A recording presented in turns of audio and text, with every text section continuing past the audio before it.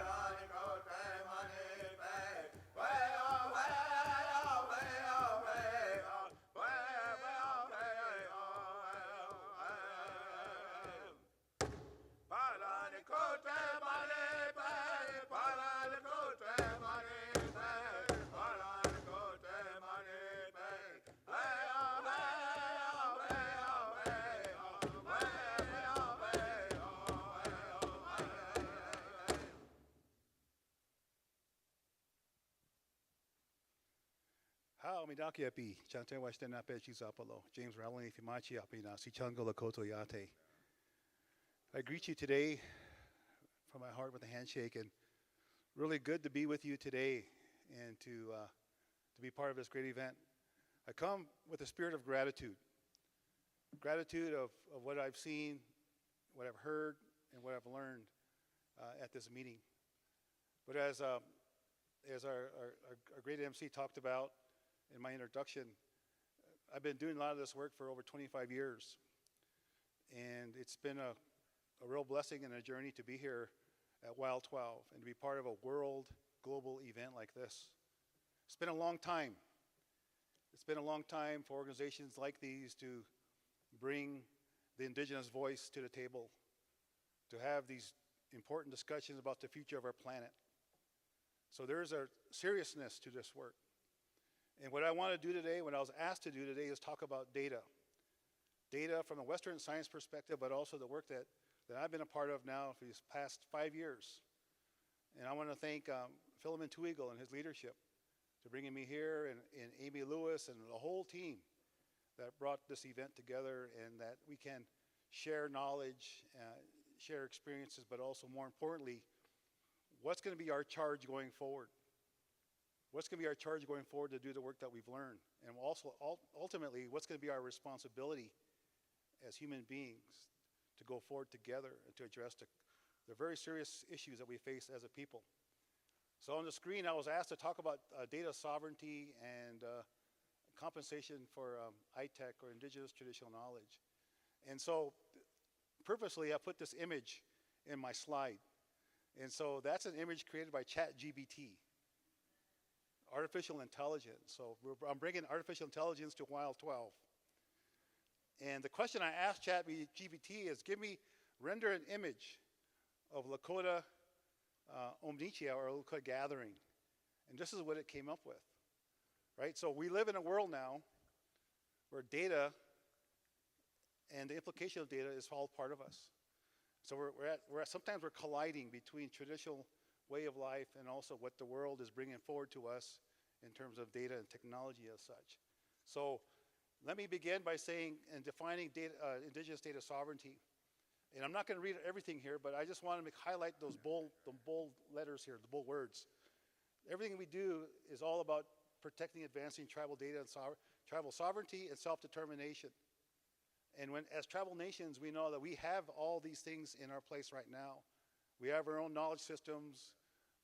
Obviously, we have lands, we have resources, we have programs, communities. And also, we have a worldview. We have a perspective. And I really appreciate Dr. Gahete is bringing us forward with Indigenous data science. So this data sovereignty should complement Indigenous science as well. When we talk about worldview, our ethics, our values, and our protocols. I really appreciate the leadership of Phil Twigal and those who have been teaching us about inherent sovereignty. What does that mean? Inherent sovereignty, inherent jurisdiction. And finally, that our laws and governance structures should align in how we go forward in working with data and data systems. And finally, we know that there's many Indigenous nations are represented here. And so we saw their stories, we saw their programs, their efforts.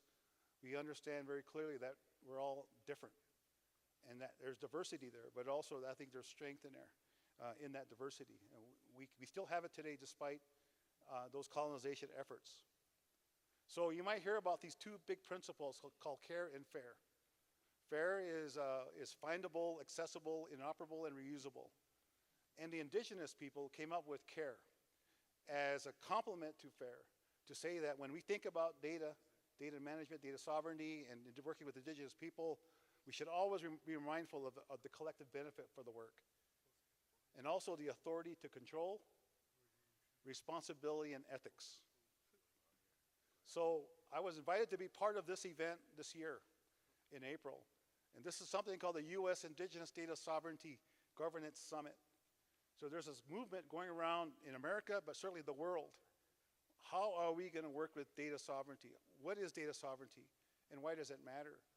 So this is an important event. First time ever, as far as I know, has happened, where tribal people are leading this. It's not the government, it's not the universities, it's tribal leaders, tribal scholars pushing forward. How do we do this work as tribal nations, and how does it benefit tribal nations? So at Rosebud, we're working on a new climate center under the leadership of Phil Twigal. And this is an infographic of what we want to do with our center and where data sovereignty, Indigenous knowledge, and those aspects come together in a very practical and real way.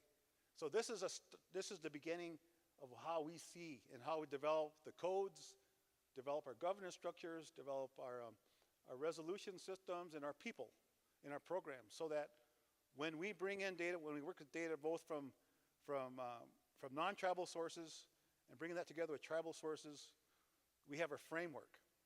We have an understanding how this is all going to work together so that we can make the best decisions for the tribe now and in the future. And we're going to be able to hold that information, hold that data using technology. And we have a new generation of young people part of this new effort. It was really good to see those young men and women being part of this, because ultimately it's going to be their responsibility going forward. But it's kind of learning as we go, to be honest about it.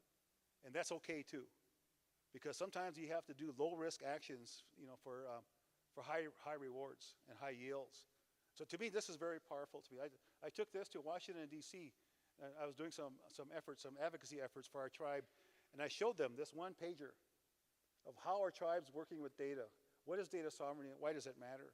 So these are very important to us, and this is our graphic, our rendering of how we see this new data center. So to do this work, I believe that we need mechanisms for engagement. So I want to bring this concept to you today called ethical space engagement. And to me, why this matters is because it recognizes and validates indigenous knowledge on its own. We do not need Western science to collaborate or corroborate the validity of indigenous knowledge. Now that's a talking point. That's a point for applause. That's important, right? And I say that kind of facetiously, but it's important because in Canada, when they're doing the truth and reconciliation work, they're trying to understand how they bring these two worlds together to reconcile to one another and also reconcile to the land. So this is what they came up with as a way to do it. And I think it's working. Slowly, but it's working. So we're trying to bring that down here to America, to lower 48. And my colleague is here with me today. His name is Gwyn Bridge. And we're working on some efforts here to bring this to the Black Hills.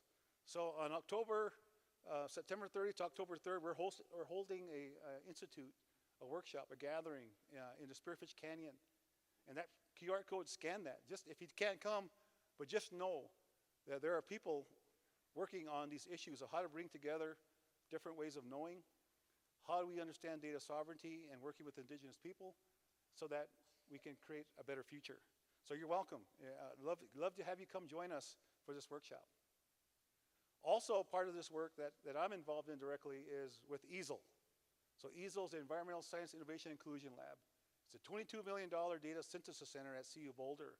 So we're working to bring tribal perspectives, and we're working on data sovereignty statement and purpose, but more importantly, application.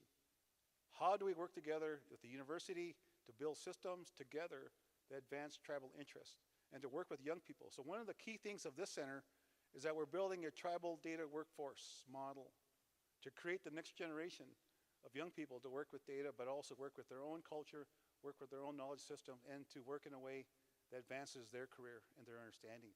So that's 2 years in now, and I get to serve as a tribal advisor for this work.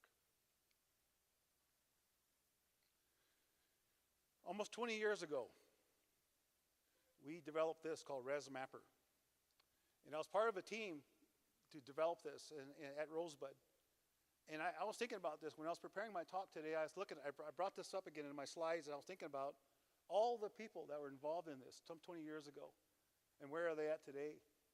But more importantly, when I saw our spiritual leaders talk about Sápa and the maps they showed this morning, I'm glad I brought this image in today, because this was the first time ever we brought together geospatial data within a community, for a community on Rosebud.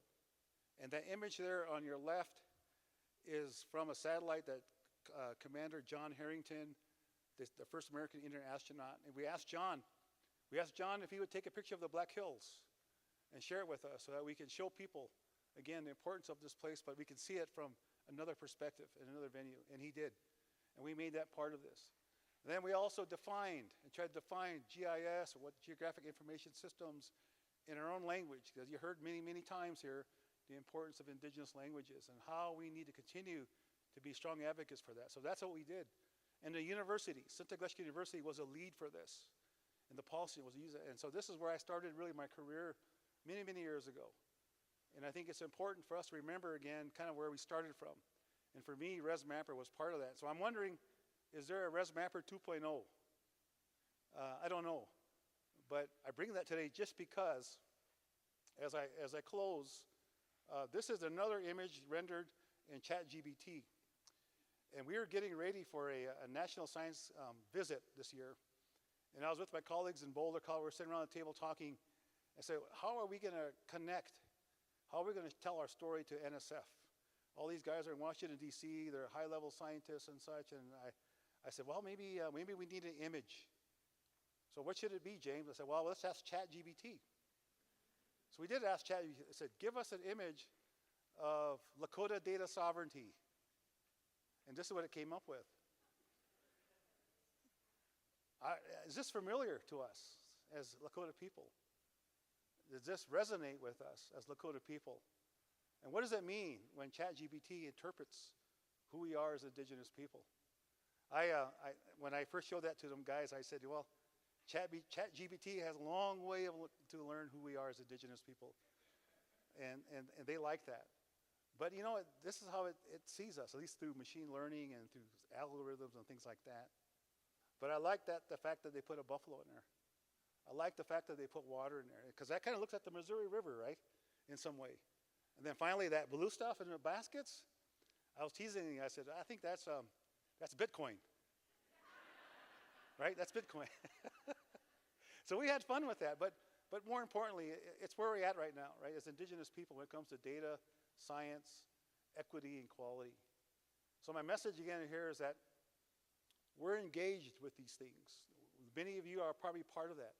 When you talk to Indigenous people about data and planning and programs, these are things that are important to us. And so we're in this in a way, right? We're participating, but we're trying to understand again what's most important to bring forward to be understood in a way that can be understood by each other. That's our challenge, is understanding. And I hope that today, that my talk with you today is this beginning, and that we're working on this. The Treaty Council here, the leaders are part of that center, and we're going forward. We're looking at regional initiatives. We're looking at curriculum and training and tribal colleges, and thinking about, again, the importance of building our capacity as tribal nations. So I want to thank you. This is my company called Wolakota Lab. And so I got to sponsor this and be part of this event. And I want to again thank you and welcome you here to the Sápa. Thank you for coming and being part of this important event. Thank you for bringing your energy and your knowledge and your wisdom to this event, because it's needed. We need all ways of knowing to move forward as a people. So, Hecha tu pelo, bidaku oyasi, all my relations. Thank you all very much.